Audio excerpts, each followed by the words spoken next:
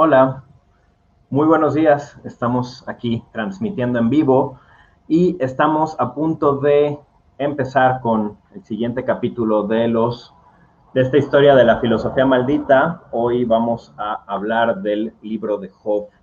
Entonces los invitamos a unírsenos, a comentar, a dialogar con nosotros. Ese es el sentido que tiene estas transmisiones en vivo, más allá de que después las subamos a YouTube y ahí está el grueso de las visitas. Entonces los invitamos a acercarse, metafóricamente, y pues estamos a punto de comenzar.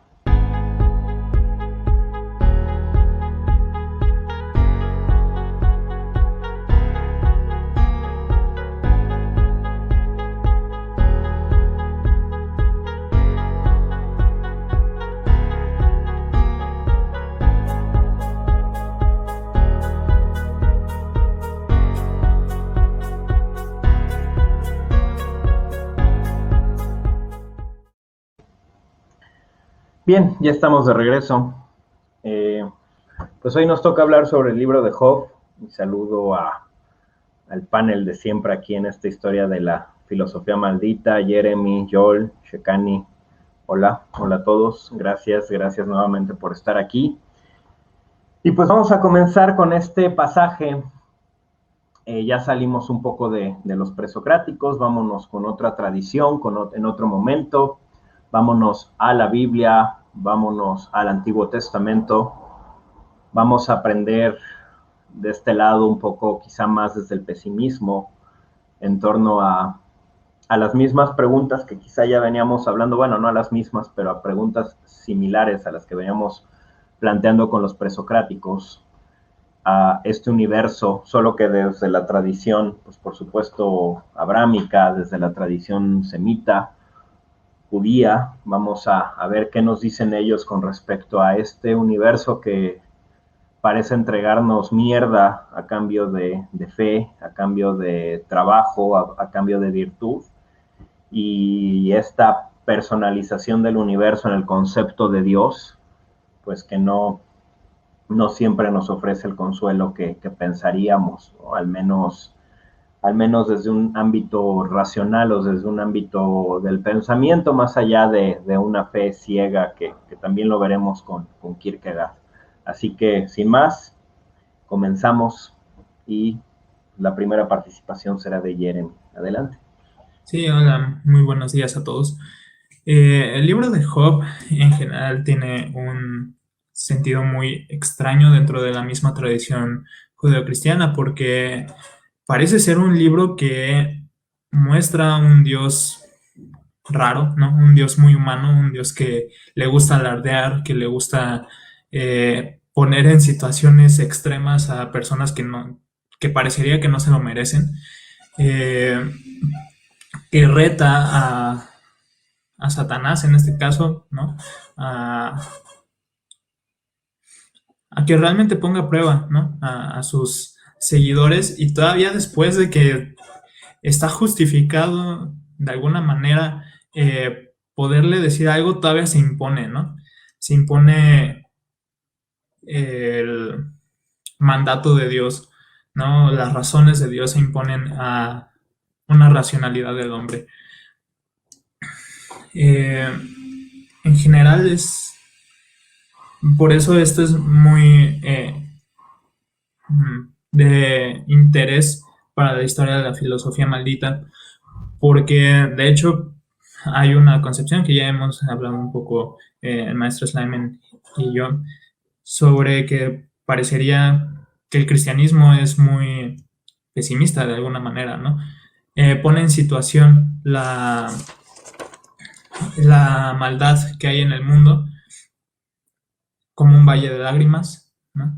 Y esto al menos es uno de los principales postulados que presenta un sistema filosófico pesimista en específico. En específico yo voy a hablar sobre el tema de el mal en el mundo, ¿no? Esta tradición de la teodicea que busca justificar a Dios por los males del mundo. tomando un poco de referencia al libro sobre el mal de Terry Eagleton, este doctor estudioso que es un poco de la tradición post-marxista, también del psicoanálisis, en donde habla sobre justamente esto de la teodicea, por qué el mal existe en el mundo y cómo justificar a Dios a partir de ello, ¿no? Ya que pues Dios es el que ha creado todo esto, el que ha puesto sobre la mesa el mal, y se supone que nosotros tenemos que buscar el bien en toda esta situación, ¿no?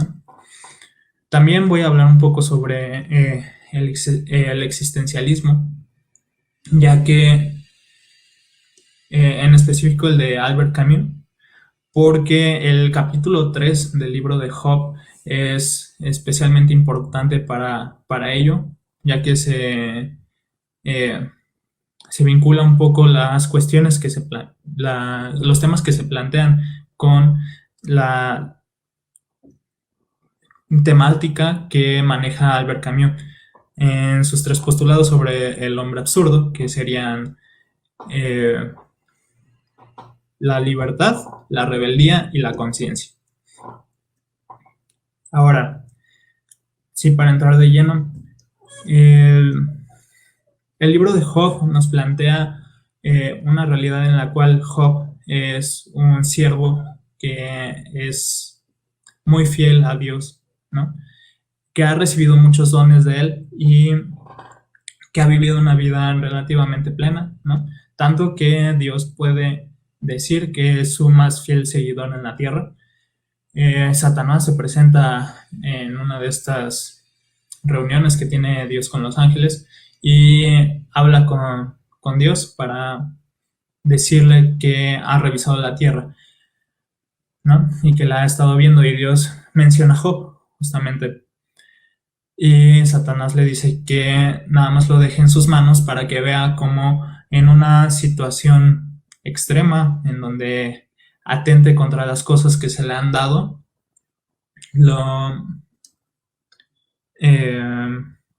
va a volver sus palabras contra él, contra Dios. Entonces va, mata a todo su ganado, mata a su familia, y parece ser que Job sí siente el dolor de perder justamente todos estos dones de una manera cruel, ¿no? Un incendio, un tornado, asesinos, ¿no? Una invasión. Pero no dirige su ira contra Dios. Y después vuelve, ¿no? La situación en donde Satanás y Dios se reúnen y Dios dice, ¿ves cómo es que no se volvió contra mí? Y le dice Satanás que, de nuevo, que si atenta contra él directamente, va a volver su ira hacia él, ¿no? Le va a reclamar. Entonces, Satanás hace que Job pierda salud, ¿no? Que padezca de las peores formas y que quede postrado de alguna manera. Entonces es cuando viene esta situación de los amigos y Job. Ahora sí voy a hablar del capítulo 3, en donde justamente Job da su discurso, en donde le reclama, bueno, no reclama, prefiere no nacer o prefiere no haber nacido en vez de sufrir todos los dolores que le han acontecido, ¿no? Por esta apuesta, por este juego que propone Satanás y Dios. Pues parece ser que las compensaciones, en este momento no hay ninguna, de haber tenido dones, de haber tenido de haber tenido virtud, no compensan los dolores que puede sufrir una persona al momento de perderlo todo. Pero esto tampoco justifica una ira hacia Dios, al menos en Job, porque quien da todos estos bienes sigue siendo Dios, ¿no? Y debe de haber alguna razón para ello. Debería de haber alguna razón para ello. Sin embargo, este discurso que da Job tiene más justificación en cuanto a que, a pesar de que pueda tener algún sentido más allá de lo terrenal, para la razón humana no hay forma de justificar a Dios de haber dado todos esos dones y quitarlos, ¿no? Eh, Digo, después también los amigos de Job le reclaman, preguntan si él ha sido el que ha hecho algo para enojar a Dios, aunque nosotros desde la lectura vemos que no es así, que simplemente es por esta apuesta. Y justamente Job no puede darles suficiente crédito, ¿no?, a estas razones teológicas que les dan sus amigos, es decir, que haya sido pecador, porque en primer lugar nosotros no en ningún momento cometimos ese pecado, ¿no?, a pesar de que hayamos nacido con él. Y parece ser que la elección de Dios para el sufrimiento de Job no es lo suficiente para demostrar una armonía, para demostrar algún argumento teológico, ¿no? Frente a el dolor de las personas, no hay manera de justificar un bien mayor, ¿no? En este caso también están los ejemplos que ya habíamos dado antes en el curso. ¿Cómo le puedes explicar a alguien que ha perdido a sus padres por la guerra que ha sido plan de Dios, ¿no? Que eso es lo mejor que le pudo haber pasado. ¿Cómo le podemos explicar a alguien que está postrado en cama por lepra, quizá, nada más porque un ácaro es un parásito, ¿no? Y te da esos dolores, ¿no? Te da la lepra en ese sentido. ¿Cómo puedes justificar la muerte, ¿no? O las enfermedades, o tan solo la vejez, ¿no?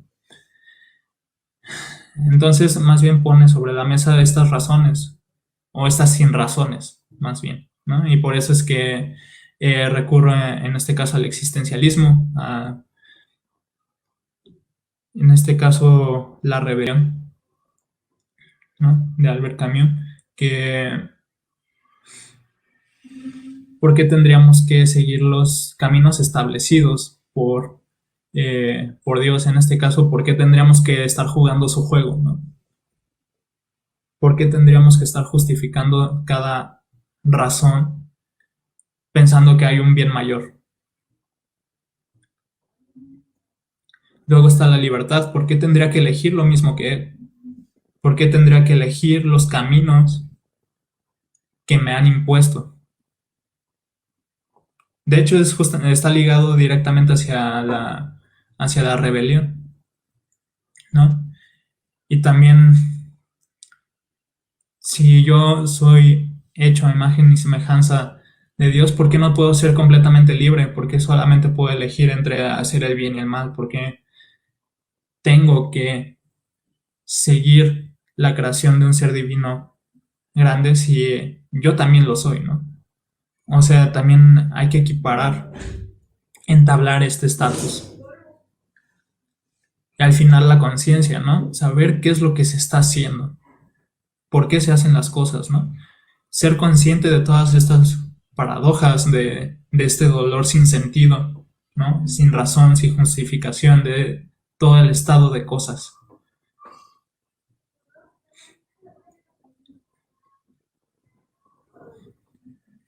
Por eso es que me llama mucho la atención este capítulo, el capítulo 3, ¿no?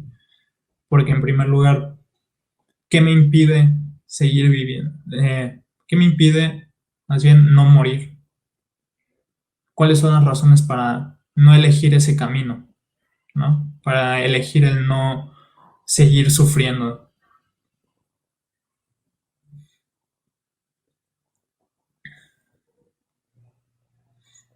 Quizás por eso. Pero bueno, eh, voy a ceder la palabra a mis compañeros para ver qué es lo que quieren seguir diciendo. Todavía hay mucho material en el libro de Job. Yo nada más me quedé en el capítulo 3 ahorita y podemos seguir hablando un poco más de ello. Gracias. Pues yo solo aquí para recordarles que nos pueden, digo, está escrito, nos pueden enviar sus preguntas, comentarios, dudas, lo que sea. Aquí estaremos encantados de generar este diálogo, este debate orgánico con ustedes. Entonces, Shekani, adelante, por favor. Claro, Oli. Eh, bueno, yo también había leído un poco de Eagleton y pues justo, ¿no? Me resulta interesante esta cuestión, ¿no? O sea, parece que la pregunta no es por qué existe el mal, sino por qué, por qué fuimos dotados de este libre albedrío, ¿no? Y como lo mencionaba Jeremy, ¿por qué no tenemos esa libertad y estamos condenados a siempre elegir bien o mal, ¿no? Es como lo que a mí me llamaba mucho la atención, ¿no? Y esta cuestión que es como, parece que no podemos preguntar por las razones de Dios, ¿no? Porque Dios está como... Y, y, y, y bueno, a mí me gusta como la conclusión, bueno, la resolución a la que llega Eagleton, ¿no? Sobre el libro de Job.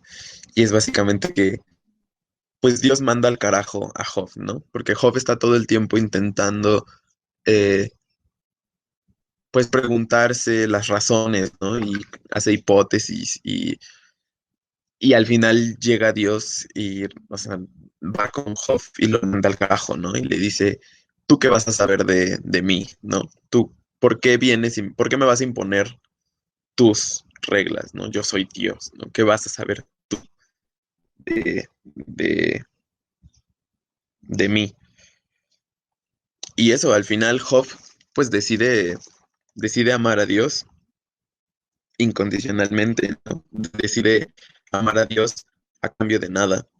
Y lo mencionábamos la vez pasada que vimos el texto de Job. eh, es como un amor como sacrificio, ¿no? El amor a pesar de los golpes que le dio Dios, a pesar del sufrimiento que le causó. Am, bueno, también de la interpretación de Safransky, eh, me gustaba esto, ¿no? Dice que Dios no Dios no es un Dios ajeno a la vida, sino es un Dios que une todas las fuerzas. Y en ese sentido es un Dios tanto luminoso como oscuro. Es un Dios como ambivalente, pues. También es algo que comentaba con Yolanda la vez pasada que revisamos el texto, es que para Safransky Dios, digo, Satán, no es como adversario, sino es como un auxiliar, ¿no? Y al final es este auxiliar escéptico que hace que Dios se cuestione de la lealtad de Job, ¿no? Entonces, Satán realmente no es como el mal, sino es como el escéptico, y si no es como el más fiel de los fieles. Eh, Esto, ¿no? También que mencionaba Jeremy, los amigos de Job, pues siempre es como de, no, debe de haber, Dios tiene sus razones, ¿no? Y la culpa debe ser tuya, debe ser de Job. Pero de hecho uno cuando lee el texto pues se da cuenta que no, ¿no? Porque uno sabe que la razón de los sufrimientos... Ahí está pasando un coche con música muy alta, lo siento. La razón de del sufrimiento de Job no es más que el escepticismo de Satán de decirle a Dios, ¿y si no? Eh, entonces eso, me, me resulta muy interesante la interpretación, ¿no? Luego, va, Job, pues, acusa a Dios, ¿no? De dejarlo vivir, de dejarlos vivir, dejar vivir al hombre, dejarlo vivir a él en un mundo tan moralmente desordenado, ¿no? En este, pues sí, como en este caos, ¿no? Al final lo culpa a Dios. Y eso, ¿no? Me gusta que Safransky dice, básicamente, ¿no? Que cuando Job se queda varado, Dios deja de ser un fundamento y se convierte en un abismo, ¿no? Eh, creo que eso es básicamente lo que tendría que decir. Muy bien. Pues muchas gracias, Yol. Muy bien. Bueno, tomando nota y de lo que han dicho anteriormente mis compañeros, voy a poner un poco más de énfasis en, bueno, someter a examen si realmente es injustificado o no lo que le acontece a Job. Y sobre todo, algo que ya habíamos platicado Shekan y yo en algún momento, la parte interesante de hacer una reinterpretación de este texto es no tomar a Satán necesariamente como una figura del mal, sino como una figura de la duda. Y bueno, me voy a regresar un poco a algunas cosas en las cuales se centró Jeremy y también comentando a la par con este texto que se llama Respuesta a Job, también un poco con el libro de Terry Eagleton para reinterpretar esta situación.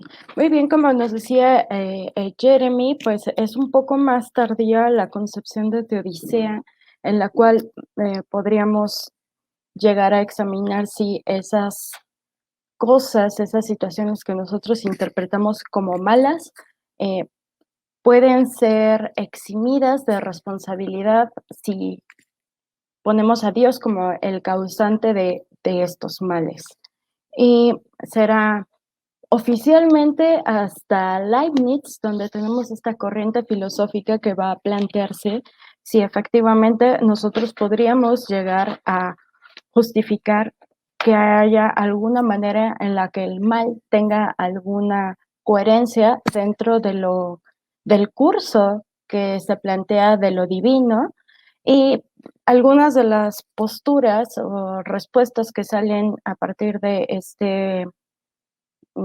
esta noción de teodicea, pues sería decir que el mal es una instancia en la cual nosotros todavía no somos suficientemente conscientes de que esa situación de mal nos va a proporcionar un acto de bien posteriormente.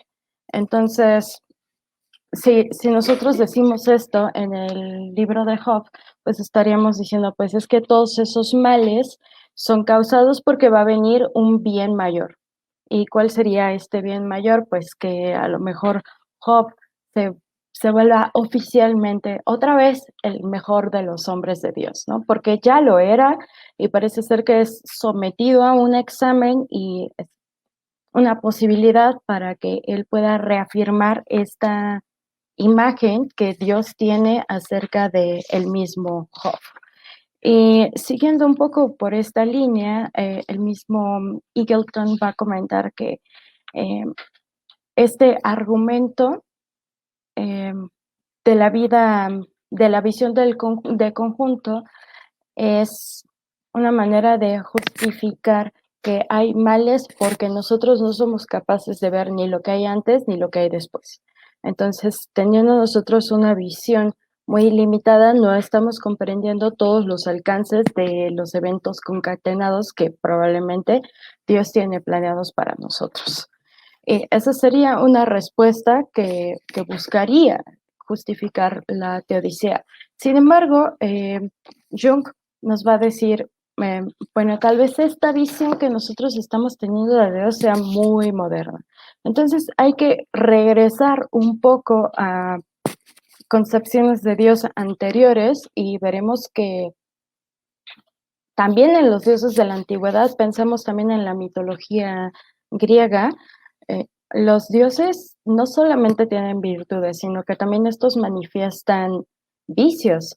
Y también esto es parte de lo que nosotros podemos ver en la imagen de Dios del libro de Job, que es un hombre, es un Dios que no teme o no le interesa si está bien o mal expresar su cólera o expresar que es caprichoso, simplemente parece ser que es parte de la naturaleza de Dios. ¿Y qué es lo que vamos a reflexionar a partir de la postura de Jung? Pues que, concediendo también un poco a lo que decía Jeremy, o sea, sí es un Dios que sale un poco de la normalidad, o sea, es un texto donde se hace entrever un poco más y de manera diferente de lo que es la naturaleza de Dios. Y esto es parte de también el ejercicio que se está buscando hacer con el mismo texto. Algo que nos dice Jung es que la diferencia que hay entre el hombre y Dios es que el hombre es una criatura autorreflexiva. Y esta criatura autorreflexiva, por medio de distintos eventos a lo largo de su vida, es que puede ir conociendo de sí mismo tanto las virtudes como los vicios. Y esto no debiese ser algo que ocurre en Dios, porque Dios es de manera absoluta y no tiene por qué él autorreflexionarse. Sin embargo, parece ser que para que pueda tener un reconocimiento de su existencia, sí tiene que ser él reflexionar. Entonces, ¿qué va a estar buscando Dios en este momento? Pues es el ser pensado, este ser concebido en la mente de los hombres. Eso es lo que va a estar esperando. Así como nosotros necesitamos esta dependencia de un Dios que explique ciertas causalidades, también Dios va a necesitar que para que pueda seguir siendo con toda su expresión, tiene que mantenerse existiendo en el pensamiento de los hombres. Y entonces, regresando ahora al hacer conciencia de estas paradojas, bien ya nos decía Jeremy, se va a dar por hecho que si nosotros tenemos que hacer una autorreflexión, pues es porque hay de por medio una conciencia, y de lo que se va a buscar esta conciencia es una conciencia de la moral. Entonces, bien, por acá nos ayudaba a plantear Shekani. La pregunta es, ¿por qué existe el mal o por qué fuimos dotados de este libre albedrío? Y este libre albedrío primero se va a conectar precisamente con la autorreflexión. Y es en el libro, en el capítulo 18 precisamente de Job, en Respuesta a Job, el Dios tenebroso, que empieza Jung a decirnos que el problema es ahora el problema del hombre. Entonces, todo esto que le acontece a Job, no es solamente a Job, es toda la humanidad que tiene que reflexionar acerca de la naturaleza del hombre, pero también vamos a ver la naturaleza de Dios.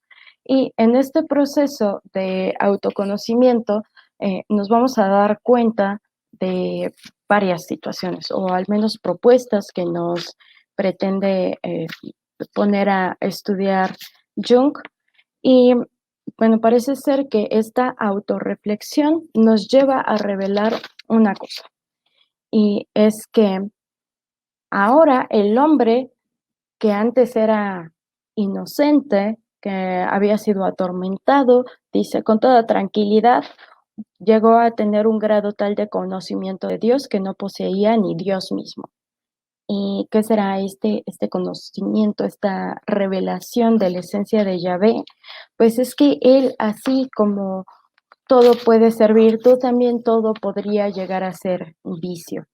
Pensemos que entonces Yahvé va a estar conteniendo el absoluto, y el absoluto va a ser tanto lo positivo como lo negativo. No quisiera poner un término moral como bueno o malo, sino diremos que va a ser absoluto en el sentido de positivo y negativo, como abarcando eh, todo lo que puede llegar a ser necesario para considerar que Él es en sí mismo una unidad de todo. Entonces, podremos decir que esta autorreflexión tendrá por objetivo hacernos una idea unitaria de la esencia de Yahvé. Y para esto no nos queda otra manera que representárnoslo a nosotros mismos a partir de una imagen antropomórfica. Y vamos a ver algunas de las cosas que nos dice Jung. Y dice, pues claro que parece complicado comprender, abarcar esta otra parte de Yahvé que no se conocía o que no era tan personalizada, no era tan evidente, siendo que él hasta este momento había sido la imagen pregonadora de la justicia y del juez máximo. Y vemos que también él tiene aparentemente cierto derecho a hacer su opuesto. Y esto es parte de la unidad que va a comprender la esencia de Yahvé. Por otro lado, vemos que esta reflexión no solamente de antinomia, hay un dinamismo en el cual sí, Yahvé puede presentarse al mismo tiempo con esa misma certeza de bondad como la de maldad. Y lo que va a hacer Job es reconocer este dinamismo que hay en la omnipotencia y omnisciencia de Dios, en la cual una vez, como bien dice, comentó Jeremy, pues Job en algún momento dice que prefiere no haber nacido antes de haber vivido esas calamidades. Pero también Job después se va a sentir culpable por haber mencionado esto y se siente culpable porque ahora entiende esta parte de la antinomia de Yahvé. Es decir, una vez que comprende lo que abarca digamos, la otra cara de la moneda de Yahvé, entonces él se siente culpable por haber dicho algo que antes no comprendía de Dios. No sé si esto alcance para poder justificar o no los caprichos divinos y la ira, porque finalmente parece ser que efectivamente no hay razones ni para empezar los tormentos ni para terminarlos. Simplemente parece ser que también hay momentos de autorreflexión en Dios, como si Él no supiese cómo es que Él mismo iba a reaccionar frente a estos escenarios. Y lo primero que es anormal en nuestra visión de Dios es que Él mismo duda. Y lo siguiente es que después de una ola de diferentes emociones, alcanza él a frenarlos y poner otra cara frente a esas dudas y hasta esos juicios a los cuales él se había embarcado. Y bueno, si nos preguntamos si esto tiene algún sentido de ser o no, también Job nos dirá que algo que le interesa a este Dios que puede ser celoso, que también puede ser dubitativo, que también puede ser bondadoso y también puede ser justiciero, pues es finalmente que pueda entablar verdaderas y auténticas alianzas. Y la única manera en la cual él va a poder establecer estas alianzas con estos seres en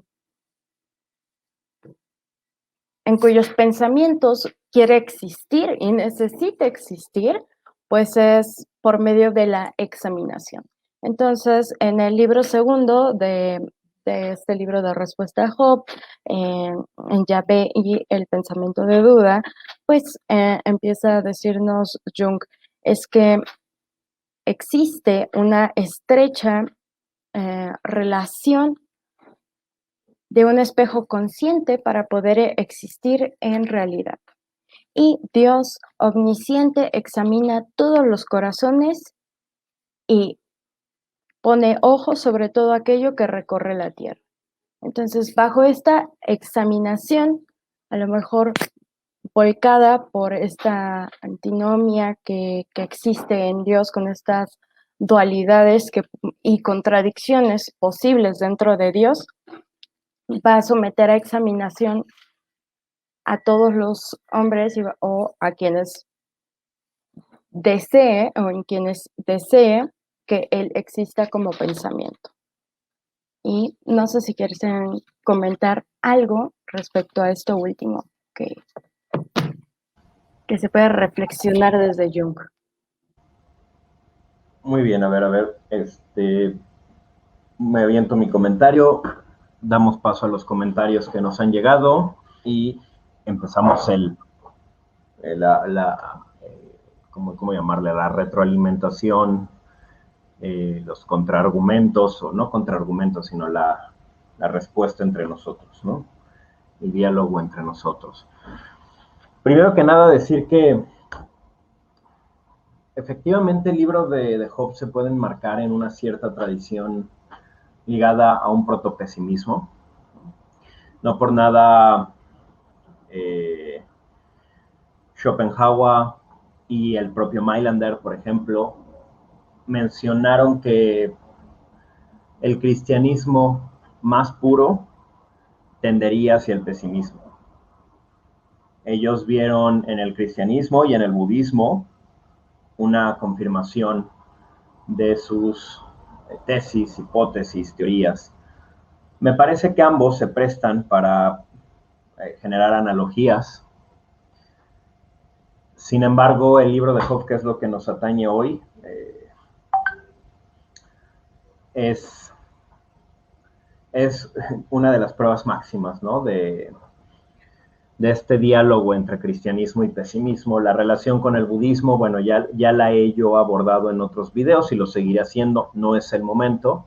Sin embargo, al igual que el budismo, el cristianismo también tiene una vía utópica, una vía de salvación, una vía de redención, que, por ejemplo, está justo en la figura de Cristo, en la recuperación de la alianza con Dios. Pero hasta aquí, hasta esta época, hasta el Antiguo Testamento, todavía tenemos una condena. Y esta condena, de hecho, ahorita sí voy a retomar una de las cosas que dijo Joel, está ligada a un personaje, una especie de contraparte de Dios, de este Dios único, y que siempre va a ser pues una gran laguna o una gran interrogante desde el punto de vista teológico y hasta filosófico, ¿no? Si Dios es omnipotente, ¿por qué el diablo tiene tanto poder? ¿Por qué Lucifer, Satanás, como se le quiera decir? ¿Por qué tiene tanto poder? ¿Por qué en muchas ocasiones, al menos desde nuestra perspectiva humana, por supuesto que alguien podría decir, es que eso es desde tu perspectiva, pero desde la perspectiva de Dios, ahí ya entramos en un pequeño problema porque, pues, o sea, separar tu perspectiva humana de la perspectiva de Dios lo estás haciendo nuevamente desde tu perspectiva humana, ¿no? Casi es como una especie de petición de principio o algo por el estilo. Un argumento circular. Entonces, cuando hablamos o interpretamos a Dios, pues lo hacemos desde la perspectiva humana porque no hay otra. No podemos pensar cómo piensa Dios desde Dios. Eso sería como esa parte nouménica en Kant. Entonces, desde nuestra perspectiva, que es la única a la que tenemos acceso inmediato, pues esta guerrita, incluso hay una imagen que luego corre por ahí en internet donde están haciendo fuercitas el diablo, Satanás y Jesús, ¿no? Parece que en esta lucha de fuercitas va ganando Satanás, o en muchas ocasiones gana Satanás, y entonces es donde uno se pregunta, bueno, ¿y este Dios omnipotente qué onda? Y bien, vendrán respuestas pues filosófico-religiosas, filosófico-teológicas, tales como el mal es la ausencia de bien, no existe por sí, otros dirán que sí existe por sí, en fin, ahí hay todo un debate también bien interesante que me parece fundamental para poderle llegar al debate, a la reflexión en torno a Job. Ahora bien, hablo de Satanás o de Lucifer porque justamente eh, él representa la imagen de la duda, ¿no? Como decía Joel, o sea, el libro de Job, ¿a qué se atiene? A la duda, es esta puesta en torno a la duda de Job, a ver si el diablo lo puede hacer dudar de su fe, y entonces ahí Satán se presenta como esta imagen de la duda, pero recordemos que en el inicio de la condena, que justamente estamos hablando, que al menos para el judaísmo así empieza la historia de la humanidad, y bueno, ellos siguen esperando al Mesías, para el cristiano ya llegó y ya está esa posibilidad de redención, aunque los judíos no la han actualizado, tienen estas proposiciones mesiánicas que siguen siendo vías o un camino de utopía. Recordemos que en el inicio de los tiempos, según esta, y otra cosa importantísima, cuando hablamos de Job, cuando hablamos de, me parece, cualquier libro de la Biblia, cualquier relato bíblico, debemos tener muy presentes que, creo que he dicho mucho esta palabra de presente hoy, disculpen, de pronto salen las muletillas del día, debemos tener muy en claro que estamos partiendo de lenguajes simbólicos y metafóricos, ¿no? No caer en el error de la interpretación literalista. Y ya también hay padres de la iglesia como Orígenes que han hablado de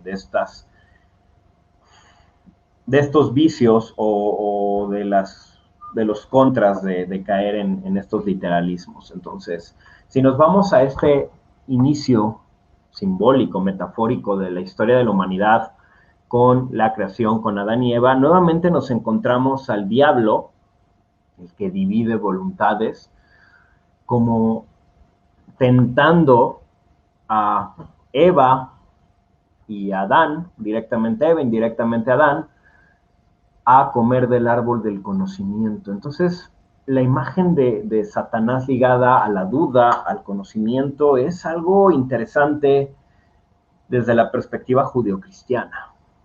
Sabemos que la duda, desde Descartes, por ejemplo, pues es uno de los principios del conocimiento. Desde Sócrates incluso, el preguntar, el dudar, el ser crítico es el principio del conocimiento. Entonces, ¿por qué se está criticando esta imagen de Lucifer, el príncipe de las mentiras, ¿no? ¿Es esta duda medio de conocimiento o esta duda es un obstáculo de conocimiento porque está entendida como mentira? Bueno, creo que pueden venir los teólogos a debatir años, de hecho han debatido durante siglos y no se han puesto de acuerdo. Sin embargo, a mi parecer, y con las investigaciones que han hecho John Searson, arqueólogos, antropólogos, filósofos como Follett, John Follett, Thomas Wynne, Washburn, Jane Goodall, Richard Leakey, Linton, Silman, Tanner, entre otros, Holloway, Donald, son muchos. Parece ser que, o bueno, una posible interpretación de esta caída, porque es de lo que estamos hablando, ¿no? De la caída del hombre, y es lo que está en el origen, supuestamente, del sufrimiento. O sea, sufrimos porque caímos, recuerden, esto es simbólico, no interpretar la Biblia de manera literalista, literal, porque entonces vamos a tener muchos problemas.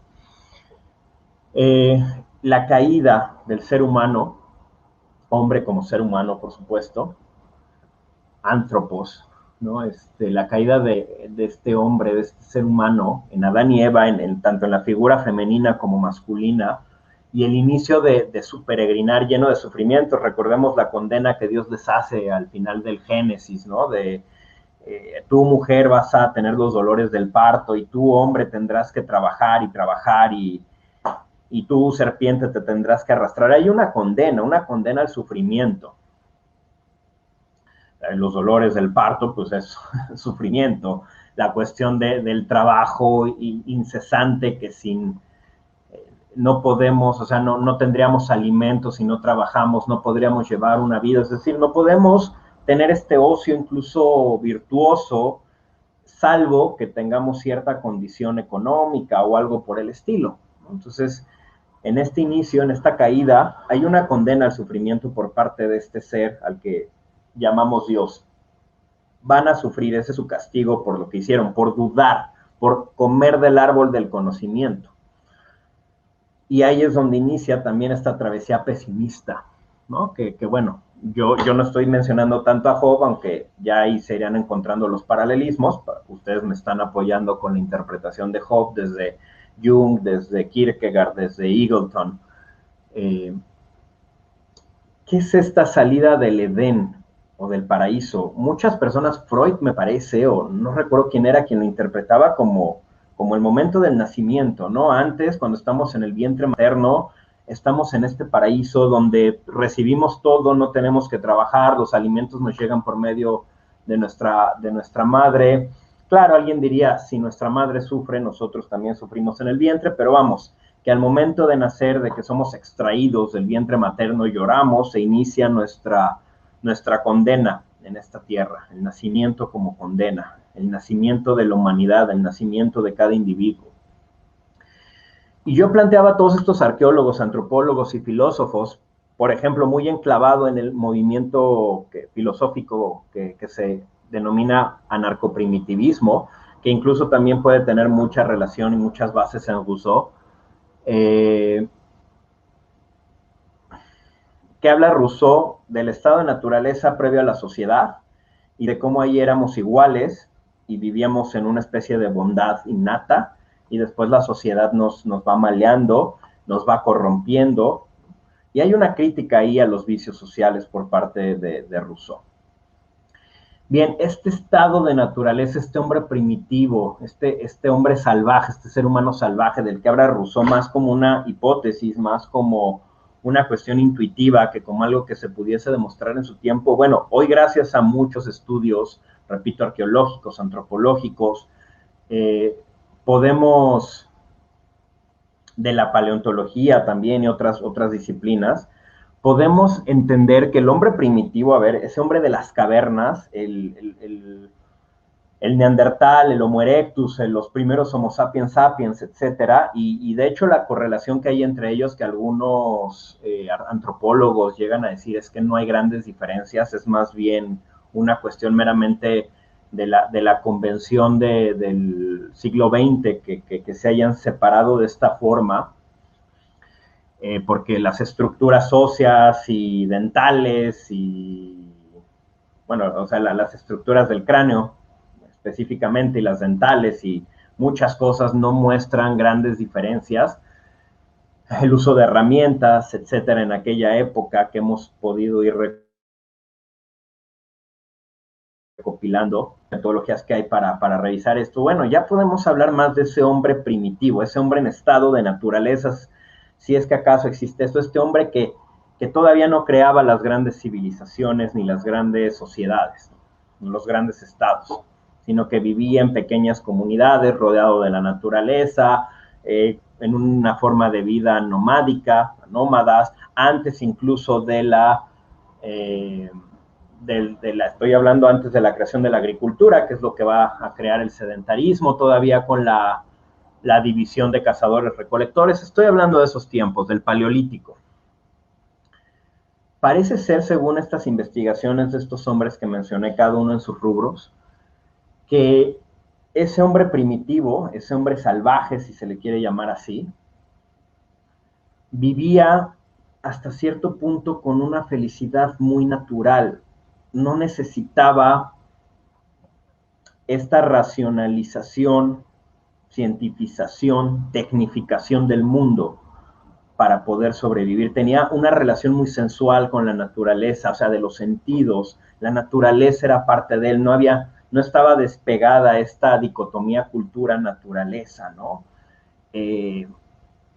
iba por ahí, repito, esto suena mucho al discurso sobre la desigualdad entre los hombres de Rousseau, iba por ahí caminando y de pronto, bueno, encontraba una manzana, encontraba un árbol y comía, un árbol de frutas, y regresaba ahí varios años después y ya había vuelto a dar, disculpen. Y también entre los seres humanos parece que existía una relación muy orgánica, muy transparente. Las herramientas eran muy simples, pero no por ser simples eran tontas, o sea, eran útiles y servían para mantener con vida a este ser humano, servían para mantener con vida a una pequeña comunidad de seres humanos. Tenemos también el número de Dunbar, por ejemplo, ahí lo pueden checar hasta en Wikipedia. En fin, creo que si existe hoy en día a través de los estudios arqueológicos, antropológicos, sociológicos, paleontológicos, filosóficos, si existe este Edén, este paraíso, este Adán y Eva primitivos, los más o menos los ubicamos ahí. Después, cuando el hombre comienza a buscar este conocimiento, cuando el hombre adquiere la conciencia, y no es que la haya adquirido, cuando se autoimpone, cuando distingue entre el bien y el mal, entre el Dios bueno y el Dios malo, cuando surgen todos estos movimientos ya pastoriles, cuando viene, por ejemplo, en la tradición que estamos mencionando, pues todas estas tribus, ¿no? Abrámicas, todas estas tribus semitas, y después viene la creación pues de sociedades ya establecidas, en donde empieza a haber jerarquías, en donde está el sacerdote, en donde está el rey, en donde está el guerrero, en donde hay una pirámide bien clara de tu posición social, en donde comienza a haber una distinción, la llamaré genérica, entre el hombre y la mujer, donde hombre y mujer ya no son vistos como iguales, con las diferencias en los órganos sexuales, sino que son vistos con distintas posibilidades, distintos roles, que por ejemplo en los cazadores recolectores no eran tan claros, o sea, sí eran claros, pero existía una equidad, una paridad muy simple. Incluso la mujer como recolectora era tenida, y ahí hay estudios respecto a las diosas, ¿no? A la figura de la diosa, valga la redundancia, la expresión femenina, y la mujer como más que necesaria en este mantenimiento de las sociedades. Y el hombre como el cazador que iba y bueno, y en sus grupitos, y de pronto traía ciertas cosas. En fin, cuando estos roles se distancian cada vez más, cuando se formalizan o adquieren otros tintes, entonces empieza ya una distinción de género, un sometimiento, por ejemplo, del hombre hacia la mujer. Ahí podríamos ya hablar de cierto inicio de lo que hoy se denomina el patriarcado, el heteropatriarcado, si se quiere. En fin, empieza todo este sufrimiento por la separación, por las jerarquías, tanto económicas como sociales, como políticas, como culturales. Vamos, no hace falta más que leer un poco a Rousseau para entender hacia dónde voy, pero que, repito, ya hoy existen otros científicos sociales y no sociales que están abordando el tema. Entonces, creo que el libro de Job debe ser, o puede, no debe, puede ser leído bajo esta clave también de la adquisición de la conciencia, de cómo los seres humanos, porque nuevamente Job, quién sabe si existió un señor que se llamaba Job, que tenía tales amigos, que tenía hijos, no sabemos, quizás sí, quizás no. No importa, en todo caso, porque Job es cada uno de nosotros. Y esta duda, como principio del conocimiento ligada a Satanás, finalmente ahí hay una apuesta entre Dios y Satanás, esta duda estas dudas que corroen a Job, esta fe, esta búsqueda de Dios, de la bondad, está ligada a un estrato psíquico, está ligada a un estamento psíquico, está enmarcada por un nivel de conciencia que es el que ha tenido pues prácticamente la humanidad desde el inicio de las grandes civilizaciones, de la agricultura y todo esto, que es esta distinción entre lo bueno y lo malo, en una tecnificación y una especialización del conocimiento, en un tipo de conocimiento racional, entendido como logos, ¿no? Y ustedes también quienes han podido escuchar mis videos sobre mi tesis o incluso quienes la han podido leer, pues sabrán que me estoy refiriendo también aquí a la distinción entre logos y mitos. Este logos que nos ha inundado, bueno, como categoría desde los griegos, pero como expresión humana desde antes, desde el inicio de las civilizaciones, esta razón, repito, logos, hay quienes dicen es que no es razón, así evolucionó el concepto, ¿no? Ahí históricamente no podemos hacer mucho, sí existen diferencias entre cómo entendiera Heráclito el logos y cómo entendieron ya después los medievales o los renacentistas la ratio, Galileo, etcétera, pero la evolución del concepto es este logos, esta razón que nos ha inundado y que atraviesa justamente todas estas sociedades, que atraviesa todos estos periodos históricos y que llega hasta nuestros días, que bueno, hace un gran punto de inflexión en la Ilustración, en el siglo de las luces y luego en el positivismo, y que llega hasta nuestros días con toda esta magnificencia de las ciencias y de la técnica, de la tecnología. Es eso lo que nos tiene cindidos, lo que también nos lleva a sufrir. Es esta apuesta interna entre Dios y Satanás, entre el bien y el mal, porque nosotros mismos posibilitamos en nuestra conciencia a través de esta evolución cognitiva, epistémica, posibilitamos esta apuesta entre Dios y Satanás, cuando incluso tal vez ni siquiera exista, ¿no? La dicotomía bien y mal es solamente una convención y es solamente una construcción, como lo he dicho muchas veces con mi traducción muy populachera de Prapancha, no es que sea la traducción de diccionario, pero es una chaqueta mental, nada más. Bien.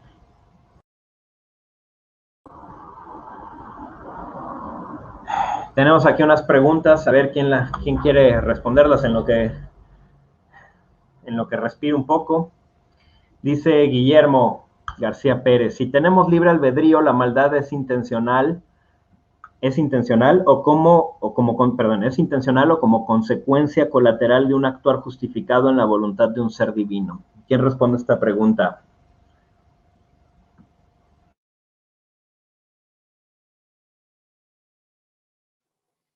Bueno, creo que todos podemos decir un poco de esto. Estoy pensando un poco mejor.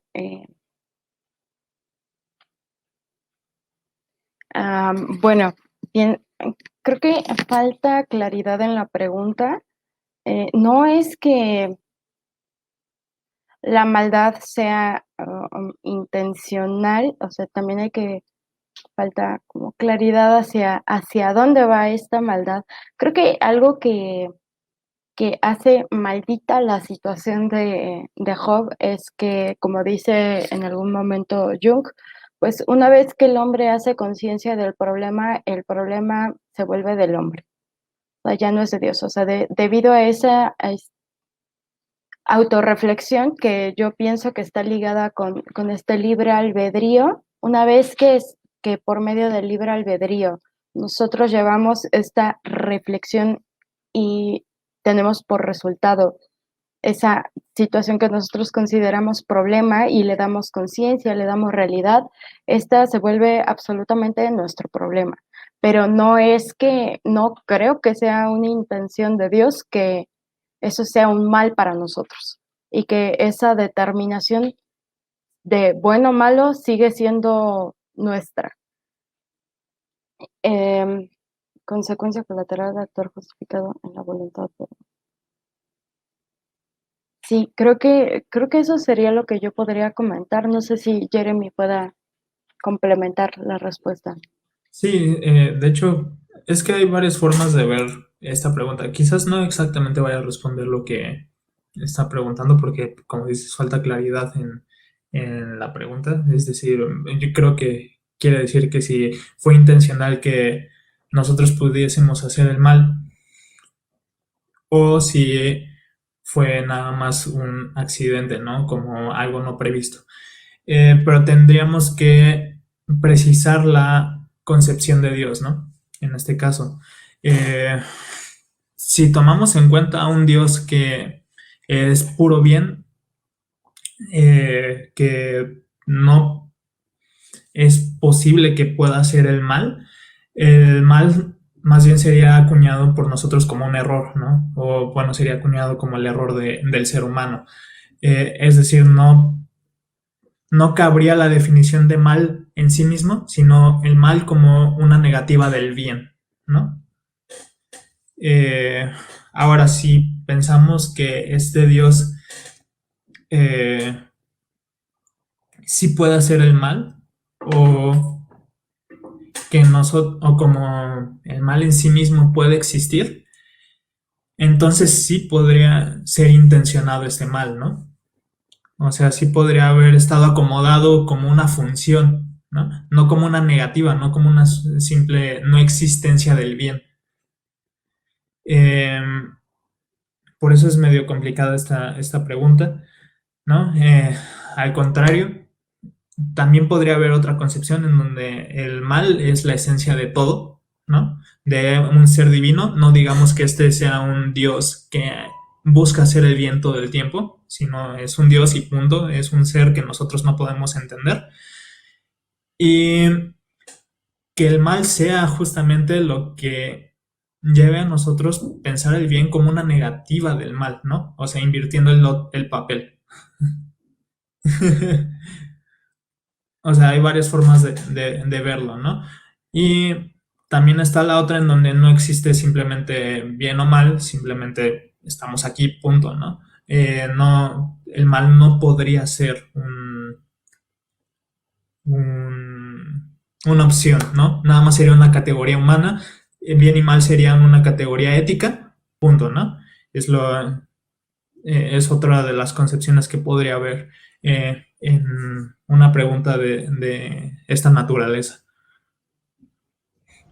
Bien, Shekani se nos fue, estaba teniendo problemas con su computadora, entonces pedimos una Sí. disculpa al respecto. Y Guillermo pone también, sí, claro, como accidente al interpretar los mandatos religiosos, ¿no? Un poco añadiendo información sobre su pregunta. O sea, el mal como accidente al interpretar los mandatos religiosos, la maldad, no como intencional, sino como accidental. Ujú.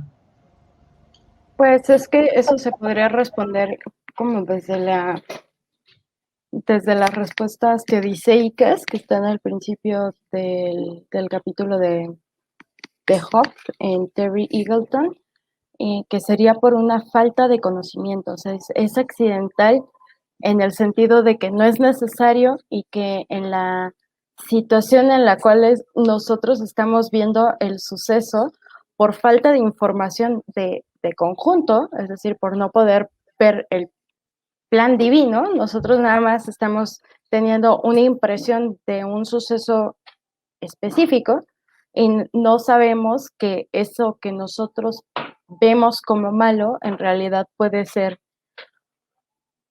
un medio para poder desarrollar otro bien. Claro, es que tú ya estás metiendo un poco la noción de fortuna o de destino, ¿no? Digo, teniendo la concepción de que Dios sabe hacia dónde vamos, ¿no? Digamos, es que el argumento, cuando dijiste ignorancia, dije, estás hablando de estoicos. Ahí lo pensé. De hecho, se me vino Séneca y se me vino Boecio, pero... Sí, pero tienes razón. De hecho, a mí también se me vino un poco Heráclito, ¿no? Eh, también hacer el mal en este sentido es por idiotez, ¿no? Por diotez, por esta enfermedad. Una condición humana en donde es imposible que nosotros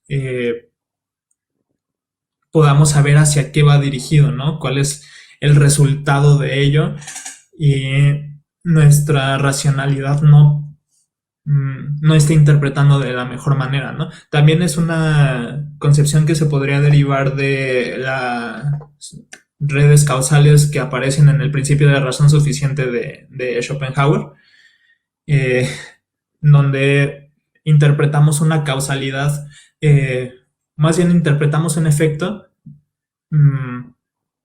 pensando cuál es su causa, aunque nosotros no podamos saber exactamente cuál sea esa causa, ¿no? Es un engaño de la razón, digámoslo así. Nosotros no podemos identificar exactamente cuáles son las causas de esos efectos, ni tampoco cuáles son los efectos de lo que nosotros estamos haciendo de manera exacta, ¿no? Eso nada más sería una interpretación de la ciencia o del conocimiento humano como tal, ¿no? Pero nosotros no podemos ver a través de las redes causales que hay en el mundo, ¿no? Que están establecidas. Me recordó un ejemplo también hay una serie muy buena, la recomiendo, se llama The Good Place, está en Netflix, ¿no? Donde hablan de ética.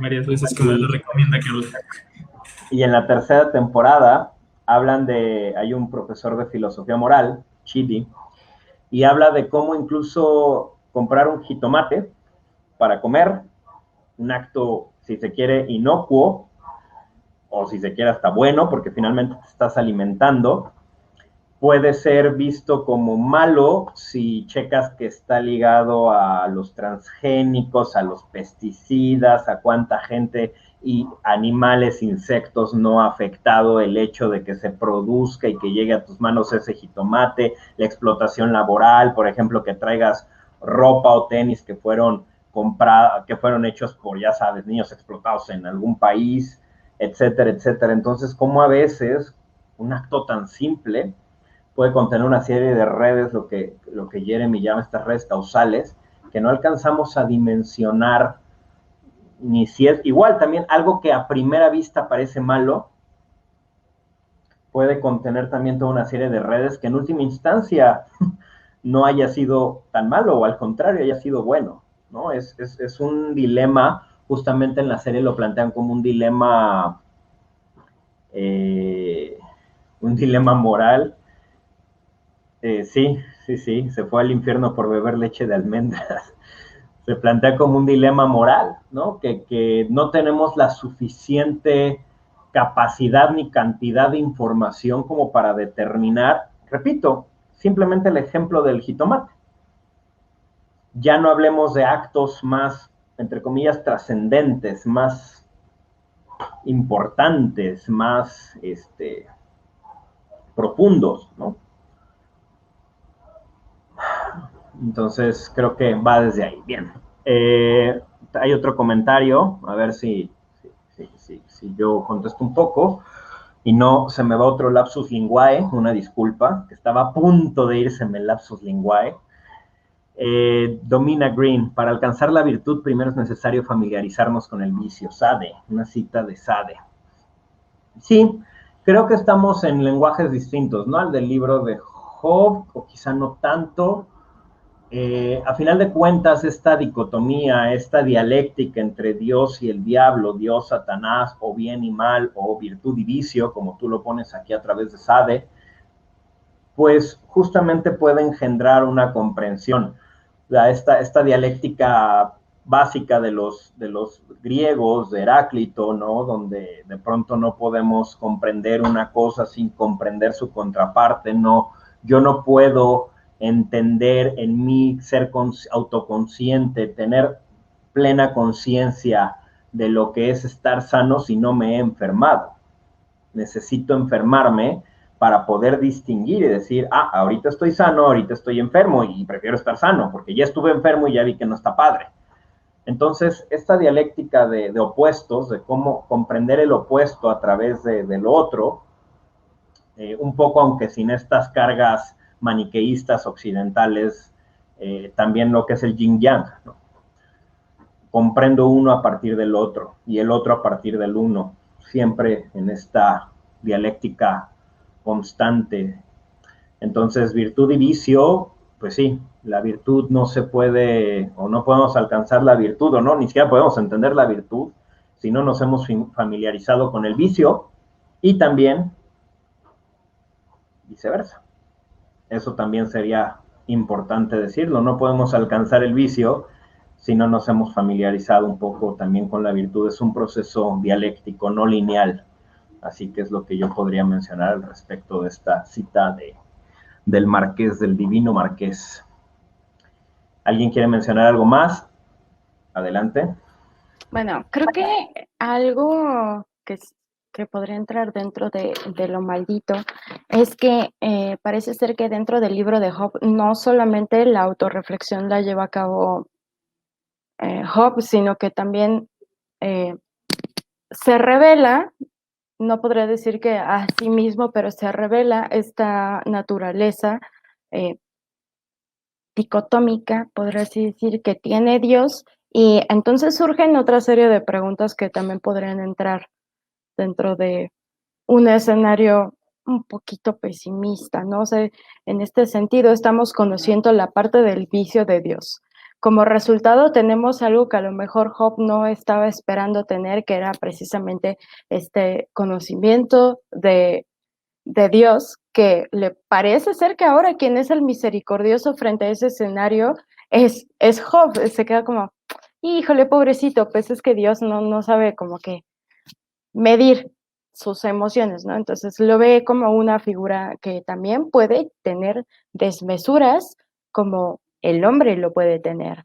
Y entonces tenemos ahora un escenario de inestabilidad, o sea, el momento de que nosotros admitimos que puede haber tanto bondad como maldad en Dios, tenemos un escenario de inestabilidad y también nos preguntaríamos, bueno, ¿y ahora qué carambas pasa con nosotros? O sea, ¿cuál sería nuestro destino si no parece haber un curso suficientemente fijo o suficientemente justificado para estos para estas diferentes tensiones y distensiones que parece que hay en el curso del obrar de Dios, ¿no? Y también tendríamos que reflexionar, bueno, ¿qué pasaría si no hay justicia? O sea, primero, ya vimos que no hay una estabilidad en el curso de nuestra vida, pero también derivado de esta posibilidad de mal, de esa posibilidad de vicio en Dios. Entonces, ¿cuál sería el peor escenario sabiendo que no hay una estabilidad en la justicia? De hecho, sí. Bueno, puedo hablar. A mí me parece interesante también que ya estamos tocando esta cuestión del diálogos como tal, ¿no? Para poder conocer lo contrario o poder conocer las cosas de manera, digamos, negativa, ¿no? Por la vía negativa, por lo que no es, digámoslo así. Y también podría interpretarse este Dios del Antiguo Testamento contra el del Nuevo Testamento, ¿no? Es decir, también este es un conocimiento o es una investigación de quién es Dios, ¿no? La Biblia, a pesar de que diga esto es Dios, también puede ser un estudio, ¿no? Esta duda de el concepto mismo de Dios, ¿no? Aunque ellos digan que eso es Dios y punto, ¿no? O sea, pues sí, Dios también es susceptible de emociones y quizás hasta lo es más que nosotros, ¿no? Porque Él conoce las emociones en sí mismas, ¿no? Nosotros a veces estamos confundiendo, ni siquiera sabemos qué estamos sintiendo en ese momento, ¿no?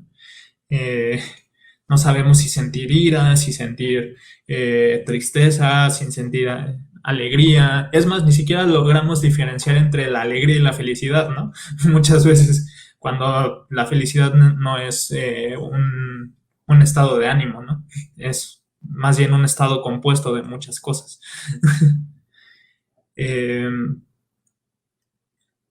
por lo que estar tocando ese tema y también trasladarlo a la situación del ser humano, una situación antropológica, eh, muy a la, bueno, pensando en Thomas Ligotti y en Saffe, en ambos, con cómo es que el ser humano va adquiriendo la conciencia de la psicogénesis.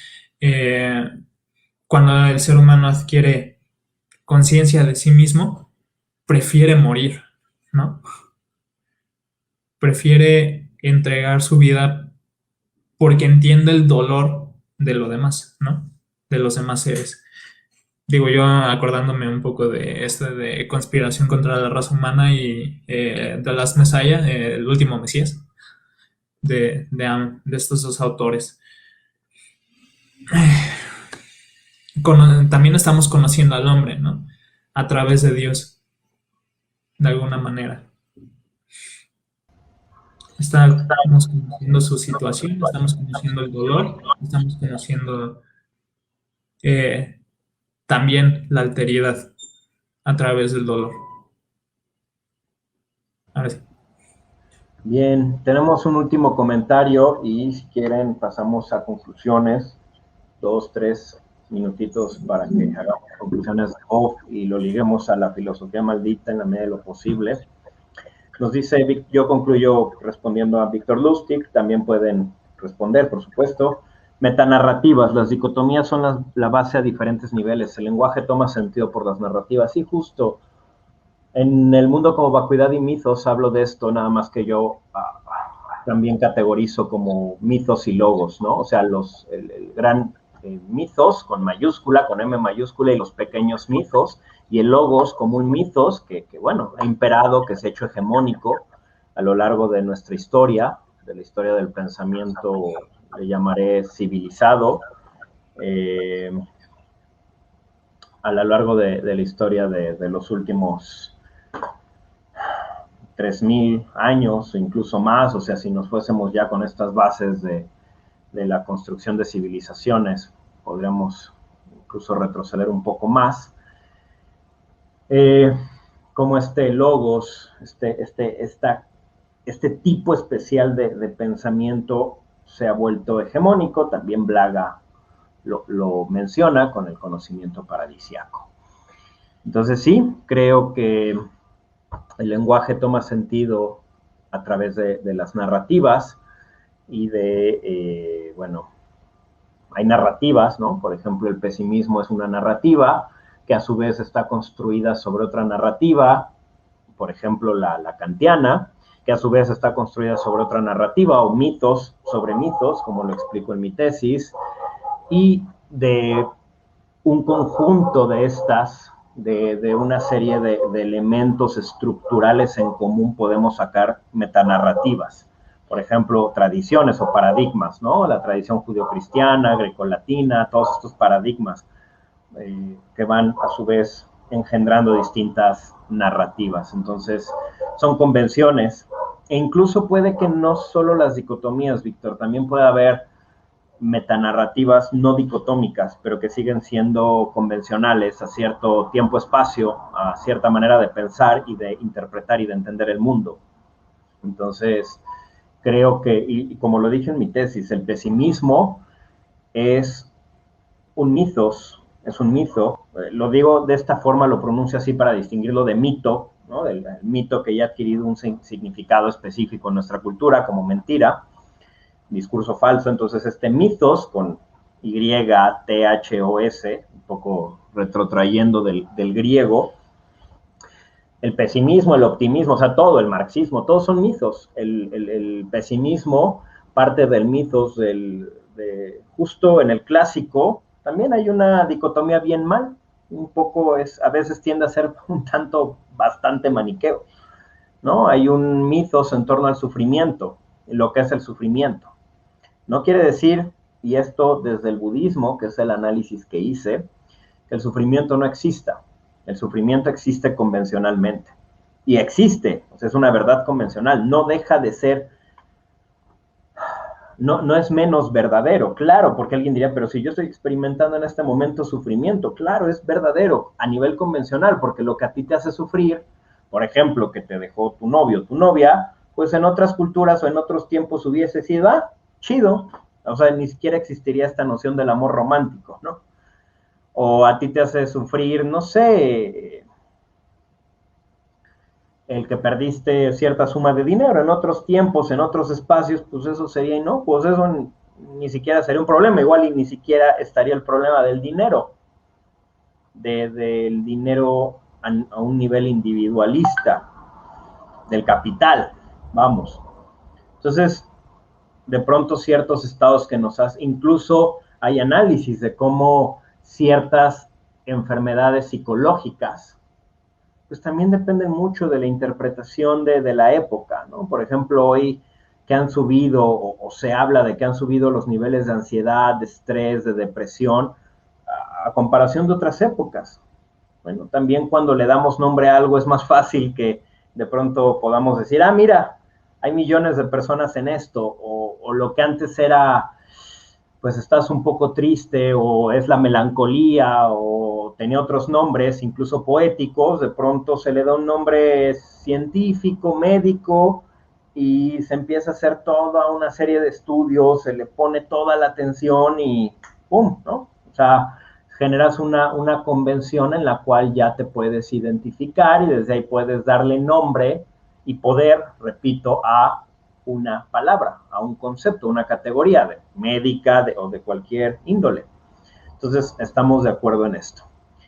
Bien, chicos, pues quedamos con sus conclusiones. Por favor, Jeremy. Bueno, ya concluyendo un poco más sobre cuesta un poco de trabajo cumplir con los postulados, con los 4 puntos que proponen para una filosofía maldita, porque no sabemos quién es el autor, no sabemos si tuvo una vida patética.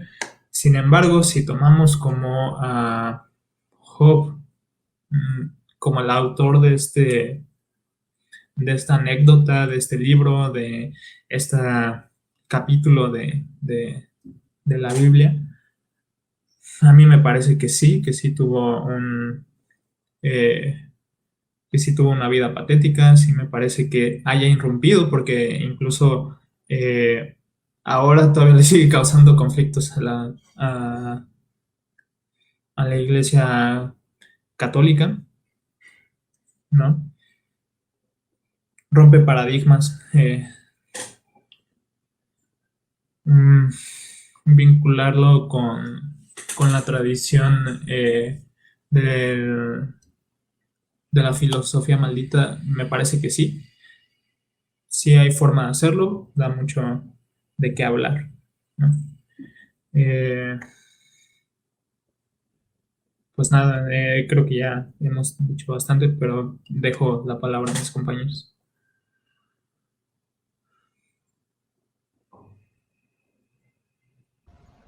Hola. Sí, perdón. Adelante, yo es que de lo que voy controlando esto, las tomas, adelante, Yol. Ok, creo que sumo a lo que dice Jeremy, que parece ser que nos quedamos con una reflexión maldiciente. Eso sería como lo que me llama la atención, en tanto que el conocimiento que nosotros podemos adquirir de esta autorreflexión propia del hombre nos puede ayudar a ver esta naturaleza que tiene Dios, la esencia de Yahvé. Sin embargo, esta al final, en el momento en el cual se hace consciente y forma parte de nuestra realidad, parece ser que seguimos abandonados.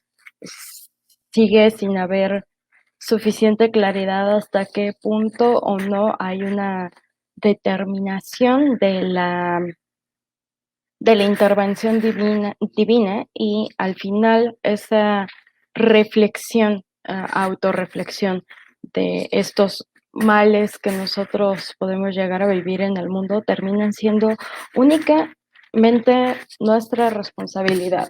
Y también parte de ese problema de autorreflexión es el cómo nosotros estamos pensando a Dios y la serie de problemas que podríamos adquirir en el momento de asumir como verdadera esta realidad dicotómica de Dios. Entonces, por un lado tenemos toda la virtud, tenemos todos los vicios, podemos tener así orden, pero también podemos tener caos y parece ser que no solamente hay un desborde de las emociones, sino que también puede terminar siendo esto algo irracional y a nosotros nos deja con mucha incertidumbre y una constante reflexión sobre la naturaleza de Dios y sobre nuestra propia naturaleza. Creo que por eso me quedo con decir que es una reflexión maldiciente, porque nunca va a haber una respuesta absoluta y estamos condenados siempre a dudar y a con un poco de sabor a abandono. Eso sería lo que concluyo. Estamos condenados a dudar, pensar en medio de este caos que nuestro mismo cerebro, nuestros mismos pensamientos, que no nada más es el cerebro, ¿verdad? Pero que nuestra misma conciencia genera.